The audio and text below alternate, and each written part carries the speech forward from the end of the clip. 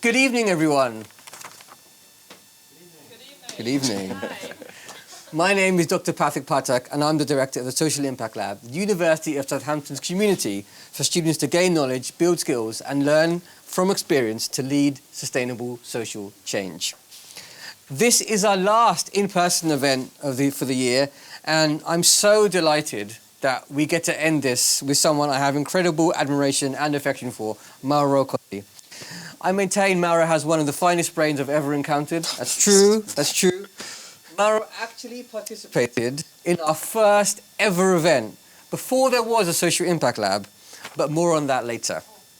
Mauro is an engineering graduate and he's co-founder of Emitwise.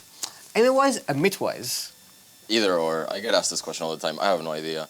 I'm going to say Emitwise. That's hard to say, but it's the right way. There you go. A company that's accelerating the transition to a net zero world through automating complex carbon accounting processes. Emitwise was born out of a desire to solve the climate crisis and was incubated in the founder's kitchen. 2 years on, it's a scaling business backed by leading Silicon Valley VCs, with its technology being used by some of the world's largest enterprises to precisely measure real-time emissions and tackle carbon hotspots. Mauro previously co-founded Researchably, an AI solution that automated the finding, monitoring, and disseminating of medical research papers for pharmaceutical companies. Mauro, welcome. Thank you. That's a great introduction, man. Can you send me that? I'll send you that. I mean, you know, I'll tell you where it came from, but definitely. Before we do that, can we talk about an event in November 2015? I think it was around about that time. Do you remember what your idea was for this innovation? Can we talk about this? No ifs, no buts. Yeah, I remember that. Remember this? No ifs, no buts. Yeah. Can you tell us the idea behind no ifs, no buts? Yeah, I mean, the backdrop is that this was an event where we had 2 days, right? To come up. One day. One day. You had 1 day. 1 day to come up with a social enterprise that, you know, we had to tackle some environmental or social problem, but with a profitable model, I think, was one of the key things. Yeah, it had to be a profitable model. In fact, you were the first person that ever taught me about a business model canvas. I mean, to this day, we use those damn things. Did not learn that in class. So the idea was quite simply that cigarette butts are a huge environmental problem. They're the second biggest litter, pollution in oceans, only after lighters, I think. I don't know if that's still true, but it was true at the time. It was true at the time. Yeah, and the problem is that they're not compostable, recyclable. It's just fiberglass. It's really terrible for the world. So we just wanted to put bins all around the university so that people would stop throwing the damn butts on the ground. That was basically it. And then there was a lot underneath it, you know. Yeah. There was a profitable model, and but that was literally the very first ever, business that I created. It was. That's amazing. That's amazing. I remember that. And of course, that year you came with us to Madras as part of the UK iScene conference. Yeah. I asked you to make me a slideshow. It was probably the worst slide deck I've ever been given. So if you ever wanted to make it, you see his pictures now. I mean, incredible. But that time, that wasn't that good. It wasn't that good. Yeah. He also turned up to a video shoot later that year with a love bite. Oh my God. Which again, do you remember that? This is online. This is live. This is online. That's true. When Emitwise floats on the LSE and you're a billionaire, I'm going to use that to get money from you. I remember that morning. There was a lot of cold spoons on. There's a lot of cold spoons. The cold spoons. Did that work? I don't know. We might have to ask the crowd if that.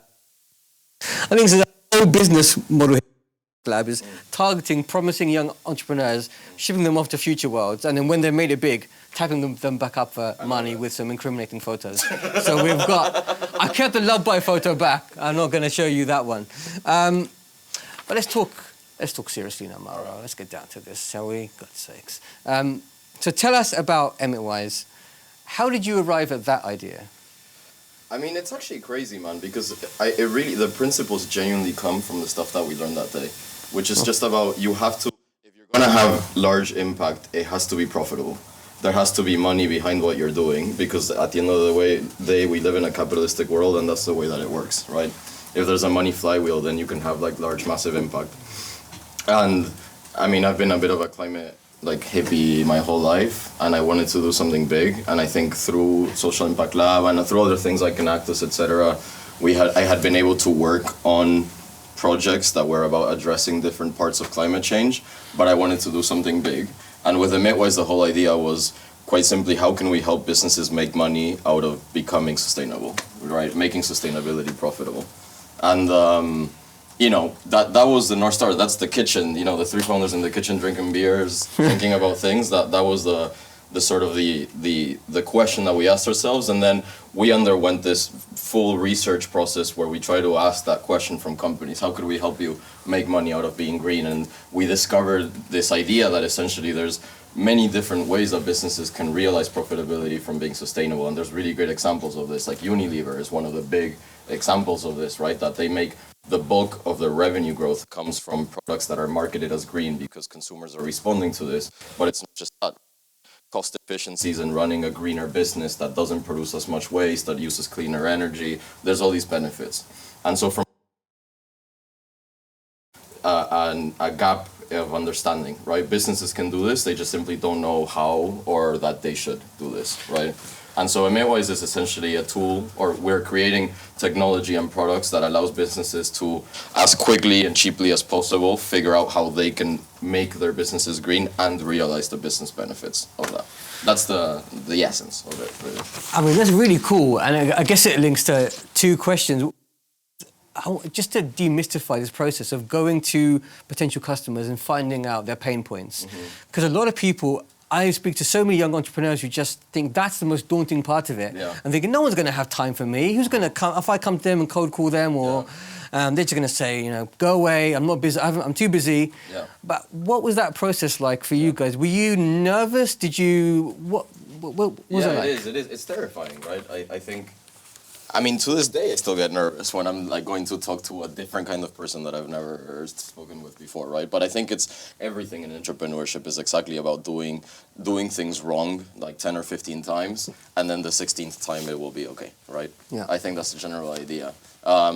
And I think that's the biggest mistake that early stage entrepreneurs make is not talking to enough customers soon enough, right? Yeah. Like letting ideas foster too much in their heads before they go and talk to people. I'll give you a tactical tip. What we did was on LinkedIn, reach out to Southampton alumni and say, hey, I'm an alumni from Southampton, I'm exploring this idea, we think you're relevant because of X, Y, Z thing, could we please chat on the phone for 20 minutes? And you often find that most people say yes. In fact, shout out to a guy called Josh Davis, who is a sustainability manager at a company called Multiplex. He was my very first user interview, I remember perfectly, he's a Southampton alumni. And I did that exact pitch, I still have the message. And he picked up the phone like half an hour later, right? So, and the conversation was terrible because you have no idea what you're doing at that point. When Emitwise started, our vision at the beginning was that we were going to put sensors everywhere. It was ridiculous. Right, I remember. Remember that? Yeah, it was insane. Pitch. In fact, I think you told me at one point, like, that makes no sense. And it made no sense, but whatever, right? You have to iterate. Yeah. And then going back to Researchably, we did the same thing of reaching out to alumni, etc. But I was terrified, yeah, absolutely. I was terrified of even sending the emails to us for people's time to talk. And the first couple of calls that we did, they must have been awful. But, that's what you have to do. Right? That's what you have to do. Yeah. And I guess it links to the other point of what your business is. So, people often are wedded to, my business is the product. Really, right? And so that evolve over time. You have, obviously you start off with the idea, and the idea was, part of it was the sensors on physical infrastructure. Yeah. Do you have a sense of, with Emitwise, where it's going? You have it in your head a sense that, okay, actually, this product or service, we're going to reach saturation point somewhere. But actually, there's a bigger play that we're going to see in 5 years. Yeah. Do you have that in your head as founders? A little bit, and I think it's starting to become more crystallized now that, I think product market fit is a lot stronger and we have enough customers that we can regularly test with them. But even then, like, things are changing so quickly, and that's the nature of the beast, right? Things always change so quick that it's very hard to see out, I think. Yeah. I think for us, what's actually really hopeful is usually that we have a very strong, vision for 20 or 30 years, right? Yeah. For us is we want every decision in every company to have carbon as a KPI the same way that they uses cost as a KPI, right? When companies buy things today, they look at the price and they compare price. When companies design a product, like when Apple's making the next iPhone, what they do is they look at the materials that they're going to use and they try to understand what is most cost efficient and things like that, right?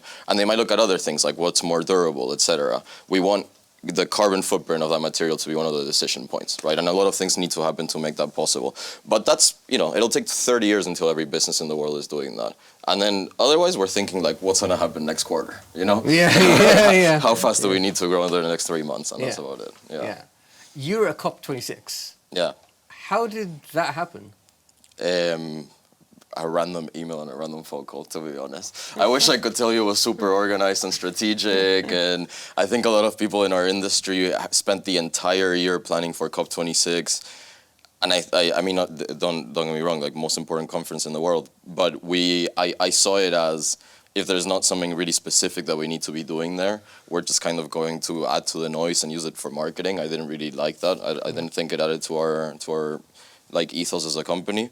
But one of our partners, one of the the largest consultancy in the world, called us up and said, we'd like you to come and spend some time with us here. There's going to be a lot of people having important conversations. So, yeah, it was just a lot of hotel conference room chat and stuff like that. Yeah. Wait, but you saw Al Gore? Yeah. In the same dinner. Was it the same dinner you were at? It was a couple of different places, but I ended up running into Al Gore, which seems like a crazy thing to say. Yeah. And you spoke to him? Was it? Yeah, it was a casual conversation. We work with Generation, which is his investment fund. Okay. So we have some connections into the people that surround him.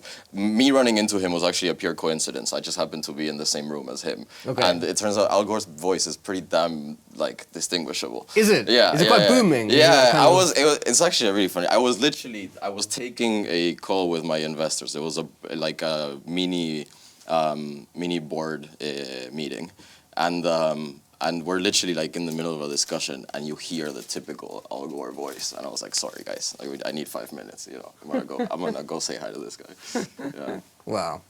When you're looking at Emitwise from the outside, someone like me, kind of somewhere between the inside and the outside, and I kind of see the growth. And obviously, when you had your Series A funding, and you got that, you had Rupert Graves investing $4.5 million, and you see some of the names, you see the size of money in the sector, and going your way. On the outside, you just think, wow. But on the inside, did that moment, did you kind of anticipate it would get to that level? And do you cope with that in a way does it induce anxiety? Does it make you dizzy? Well, what kind of emotions were you feeling when that closed? Yeah, I mean, all of the emotions. I think the thing about entrepreneurship, and in particular, there is certainly this inflection point where you go from iterating and testing ideas to you kind of land on something that then you want to develop more and more and more, right? Yeah. Quite frankly, with Researchly, for example, we never really fully had that, right? We had a couple good experiments and we had some customers, but we never said that's the thing we want to double down on, right? And then I think that's a turning point. But then I think after that, it's just kind of constantly, a hamster wheel, if I'm honest. I mean, the thing you're talking about, our last fundraise, right, which was nearly a year ago. We've fundraised more ever since, and I think we never really, and we fundraised a lot more from and you never really take a full moment to stop and pop the champagne and celebrate, because the thing is that, you kind of shake hands with the investors and it feels like the most amazing deal in the world. And at that point, you're already making decisions knowing that I've got, X million dollars in the bank, but the paperwork's not signed. And until the paperwork's not signed, you don't really want to celebrate because you don't want to jinx it. And by the time the paperwork is signed, you're already on to the next big thing. And it's sort of always this constant. So I think, and this is something that I feel very privileged that I have really great friends around my life that are constantly checking myself. They make a lot of fun of me. They always remind me not to let my ego get too high. And they're the ones that I think kind of help me reflect, right? On a more ongoing basis, because it's super anxiety inducing. And in particular, I think being a founder is it's a pretty lonely job. Most of the, especially now we're nearly 50 people. And at that point, everybody has to be able to have the peace of mind to just do their job and get their things done, and you're spinning 1 trillion plates on top of your head, and at any moment, all of them might crash to the ground, and you're the only one that's kind of dealing with that, and so I don't know. If you're, but the roller coaster, I mean, what they say is true. It's the highs are high as hell, and the lows are pretty low. Yeah. And you kind of have to love that, right? You kind of have to love the roller coaster. So that's really interesting. It kind of links to a question about entrepreneurship and mental health. Yeah. So did you anticipate these highs and lows before you started? And would you now recommend, would you recommend entrepreneurship to people, or would you say to certain people, what's the kind of check you would say to someone if they were thinking about going into it, but maybe they were unsure about how to deal with those highs and lows? What kind of advice would you give to someone in that? I mean, I think they tell you that it's going to happen, but you don't know what it's like until you're in it, right? They can tell you, and I'm telling you guys now, and I hope that at least 4 people in this room go and start a business about, doing something important for the world. Don't start a business unless it's good for people or planet. Otherwise, it's a waste of time. And I think so. The people can tell you, but you'll never know what it actually feels like until you're inside. So that was your first question. Can you anticipate it? No, not really. Would I recommend entrepreneurship? Yeah, hell yeah. I think it's a relatively. People say it's risky. I think the reality is that it's risky if you don't come from a privileged background, right? And I think, quite frankly, I would dare to say that everybody in this room that has been able to study in Southampton has a level of privilege. And I think part of acknowledging privilege is using that privilege for good, right? And I think one of the biggest privileges in the world is the ability to take risk, to have some form of safety net. I certainly come from a very privileged background. When we were starting the company, I didn't have any savings. I had 2 months of personal runway in the bank. Thanks to Southampton, a £5,000 grant that made it, I think 4 months on ramen in London. But I think at the end of the day, if the worst that could happen is that you learn a hell of a lot, either about yourself or about the problems that you're trying to solve. That is the absolute worst that could happen, and that you make a lot of connections, and that you realize that you actually wanted a corporate job, and it looks pretty damn good on your CV. And the best that could happen is that you end up going on this crazy, crazy fun adventure, And certainly, if you had asked me how I was feeling in February, I would have told you that I was in the worst place of my life and I didn't want to do this anymore. But you just hold on a little bit longer and then you're in the best place of your life, right? So it's amazing. It's amazing. Can we switch tack a little bit and talk about diversity? So I remember one of the very kind of earliest conversations we had when you came back from California was, I remember you came to one of our advisory board meetings and we talked about diversity and why is diversity seems to be like a very important metric's not the right word, but kind of character quality that you wanted in Emitwise, even when you were starting out. Why was that, and why is diversity so important to you in your team? My line about diversity is always the same. I think from a personal point of view, I can tell you all about why it really matters to me from a personal, in my heart, in my soul, why I think it's so important. And I think everything that we do at Emitwise is ultimately because of people, right?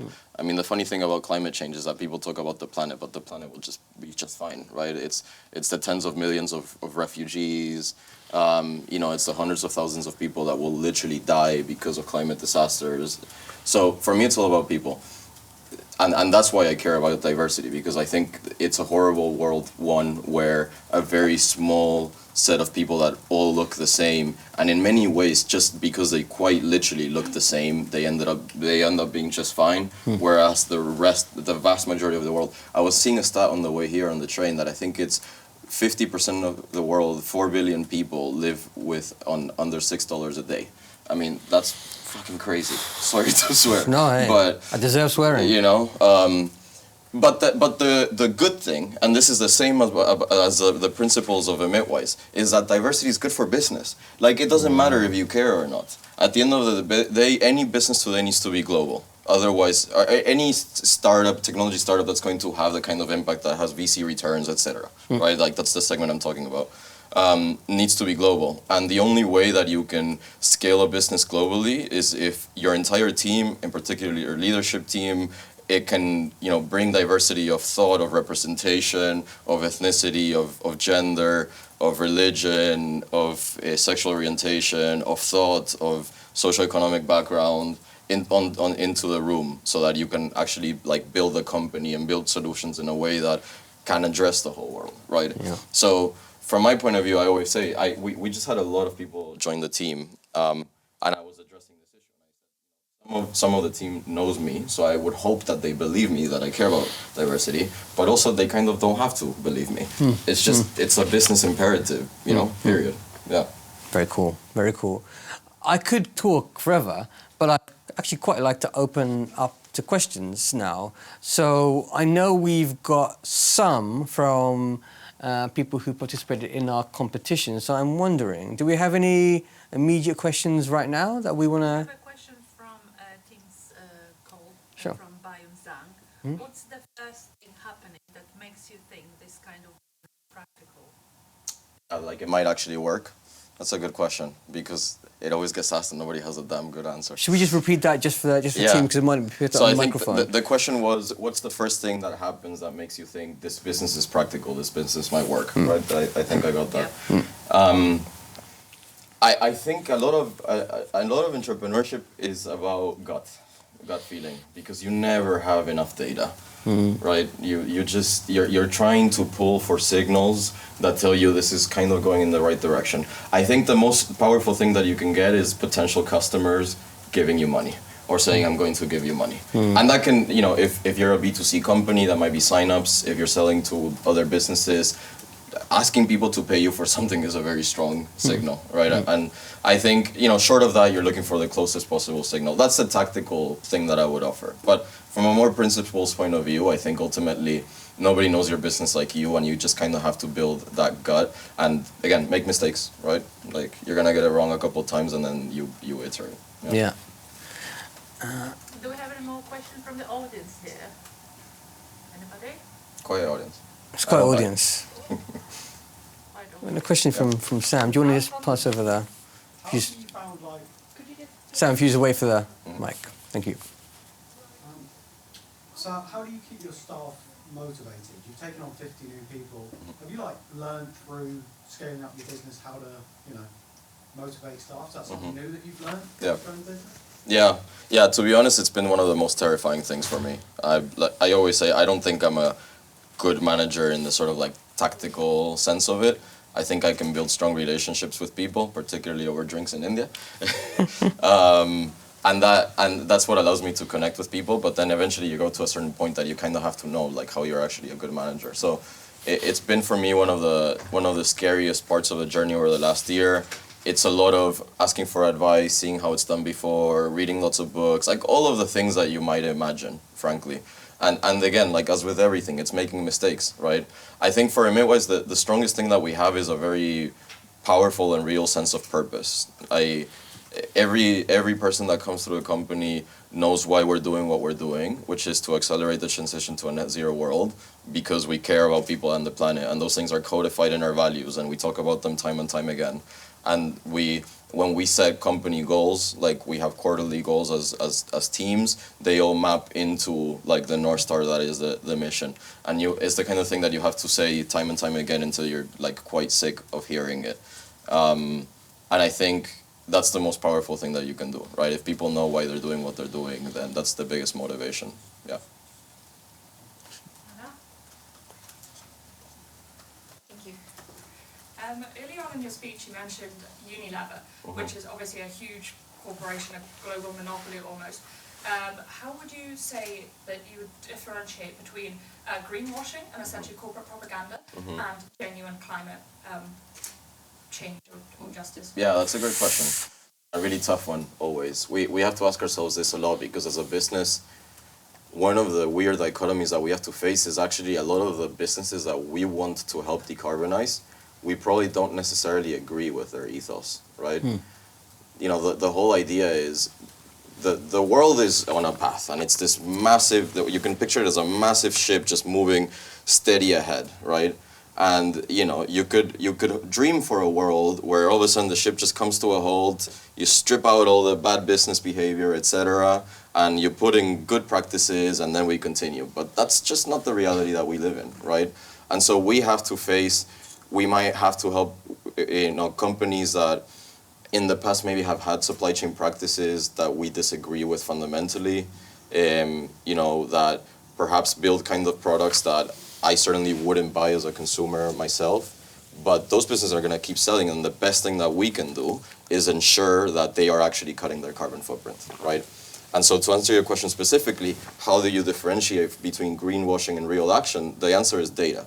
Is robust, bulletproof data, right? In fact, it's one of the things that I admire about Unilever. I think there's a lot of things to criticize about them. And about, like, many of the companies that are seen as leaders, even companies like, you know, some of you guys might be familiar with Allbirds, the shoe company. It's like sustainability is in their ethos. They still do stuff that I disagree with, right? But what companies like that have is great transparency of data that shows genuine, meaningful transformation, right? And then models that scale towards showing that, right? Unilever is a massive publicly listed company. They have a responsibility to their shareholders. If tomorrow their CEO decided we're going to halt growth for the next 10 years to become a purely green business, that CEO would be fired and promptly replaced by somebody that would optimize for profits. And so instead what Unilever has been able to do is consistently, year on year, demonstrate how products that factually, demonstrably have a lower carbon footprint are also making more money. And I think that's what the world needs. There's also been a lot of greenwashing over the last year, a lot of companies coming out with, I'm gonna be net zero by 2030, and no real substance behind that. And I think it's actually, you know, you read 10 of these press releases and you can really quickly pick up who's actually doing their homework and doing things properly and who's not. Thank you.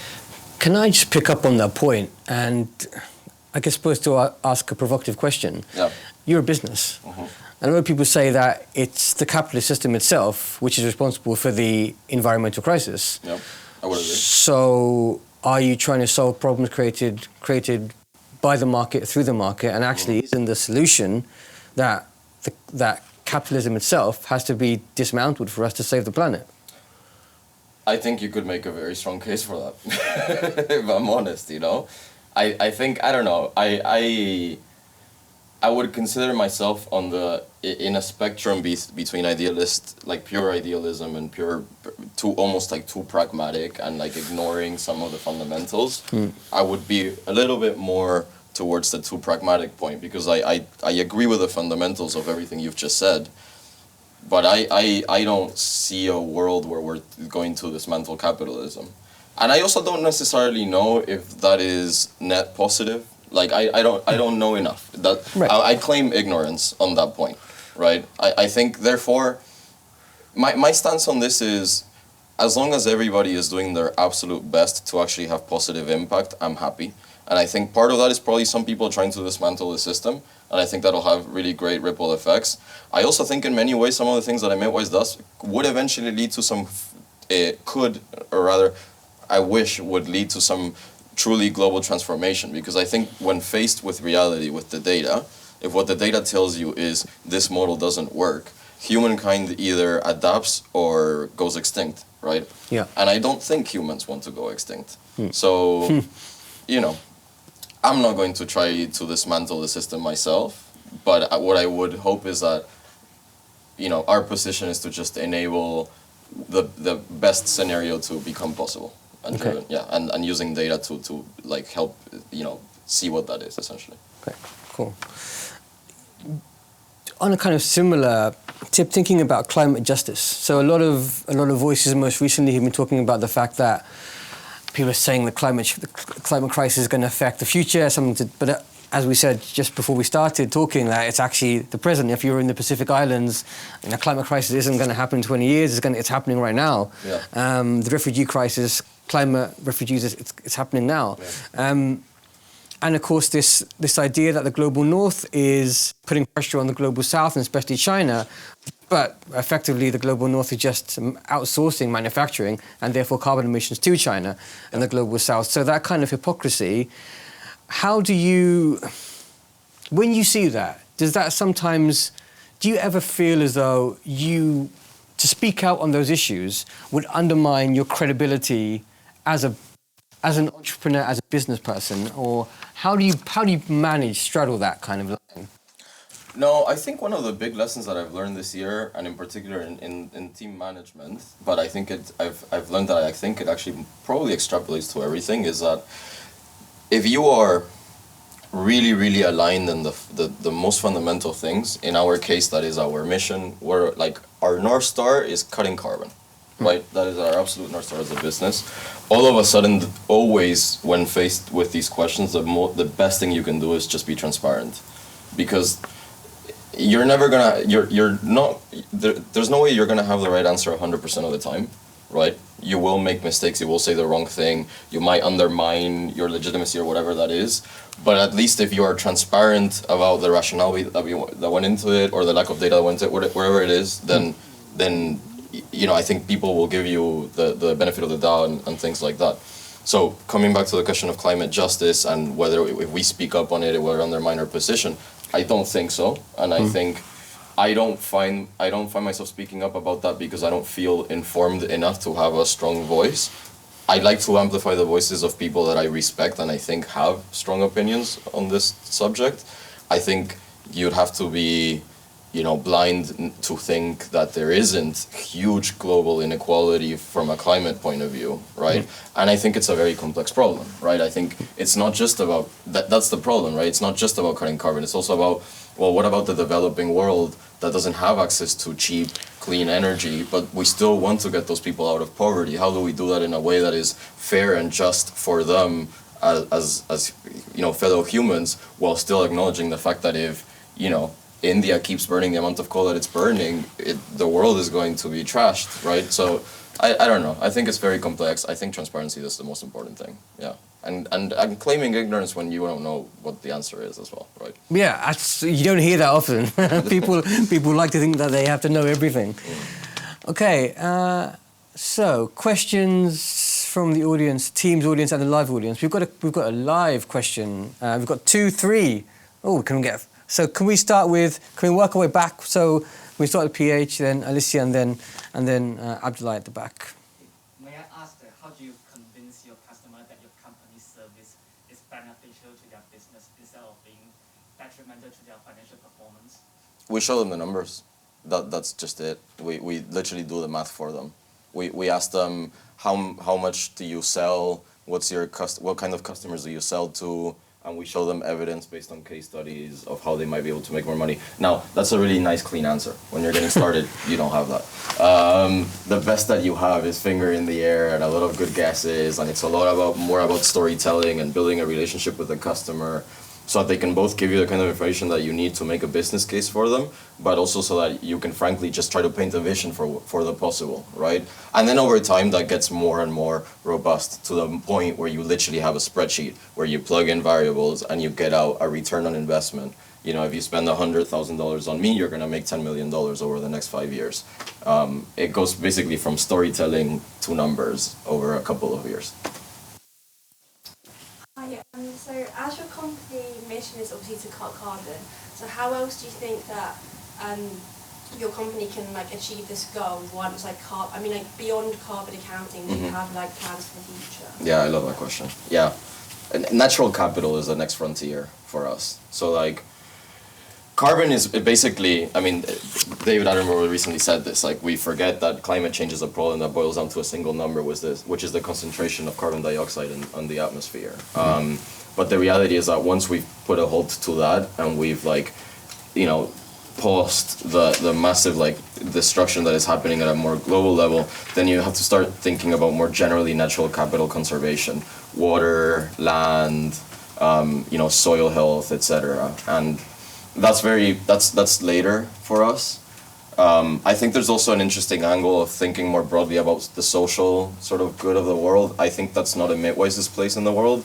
Luckily, there's a lot of really smart people working on it. I think we're uniquely positioned to help solve everything that is related to the environment. So that's what we'll focus on. Excellent question.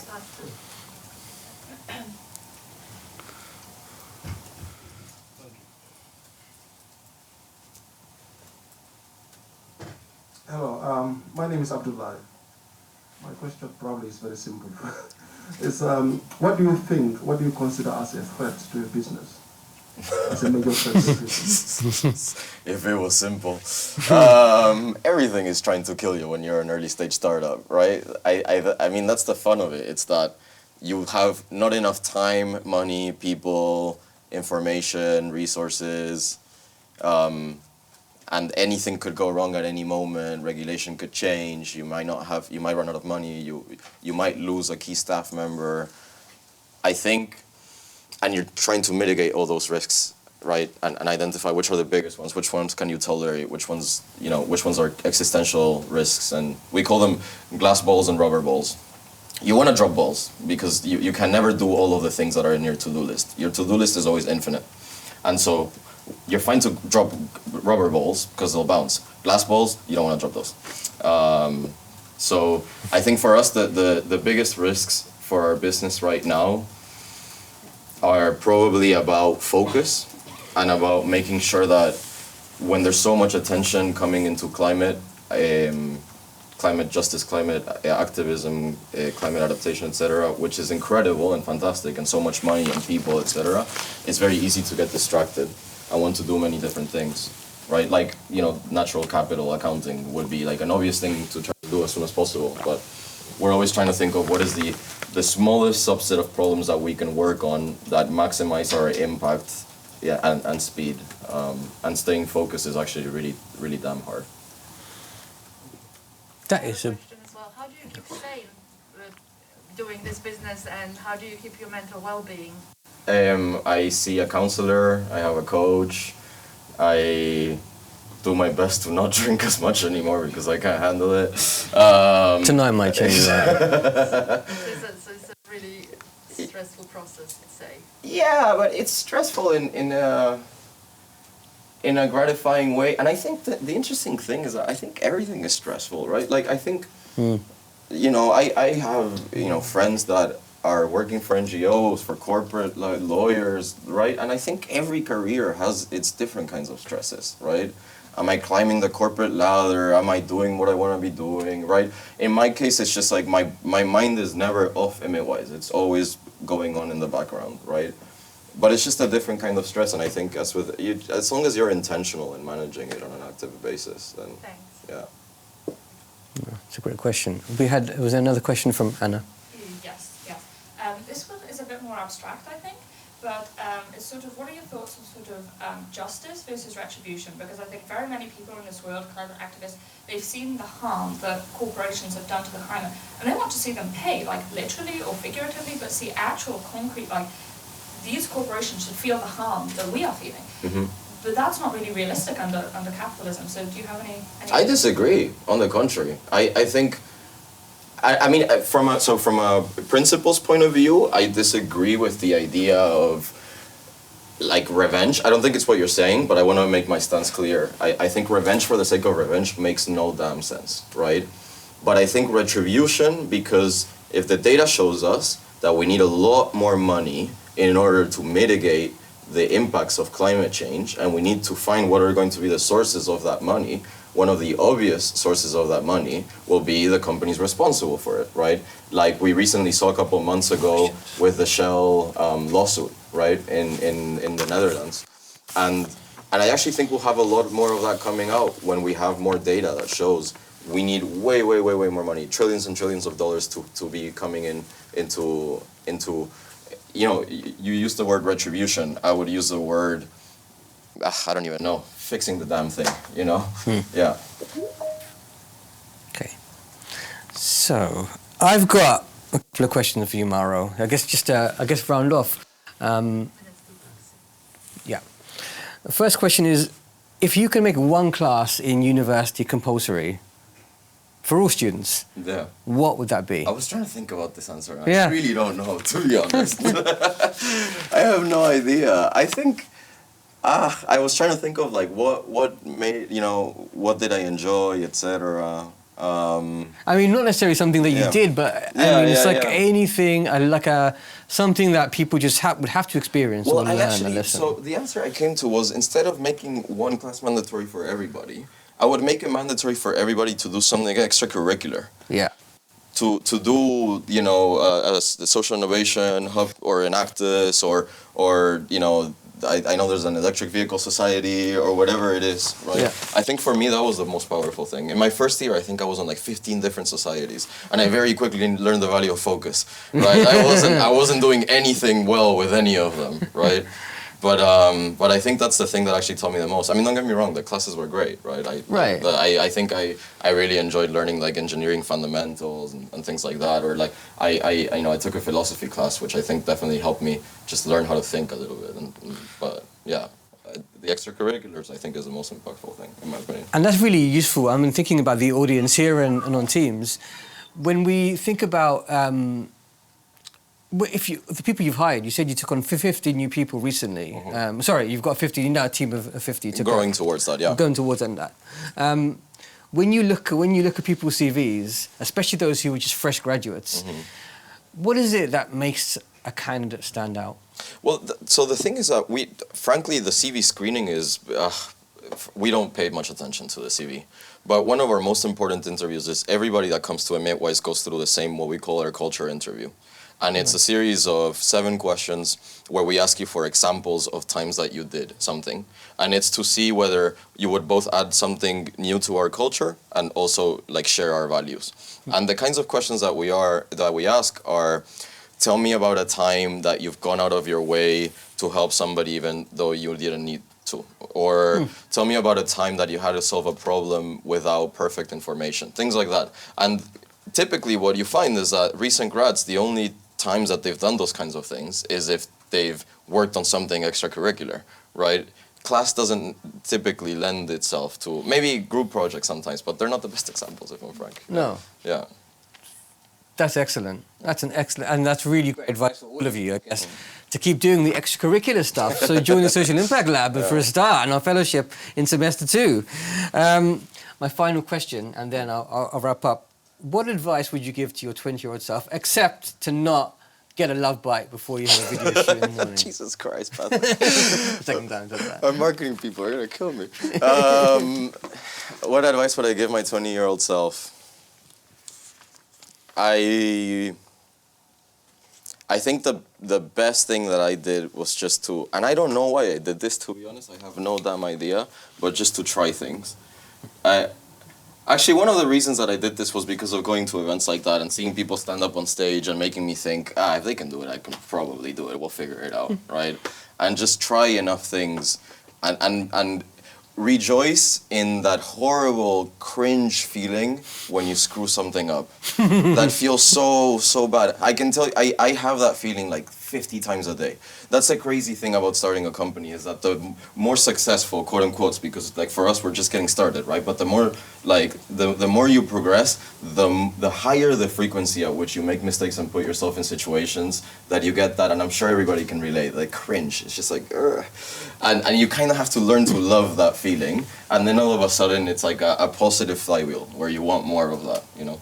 Yeah. Very cool advice. Very cool advice indeed. So that's it. Can we give Mauro a huge round of applause?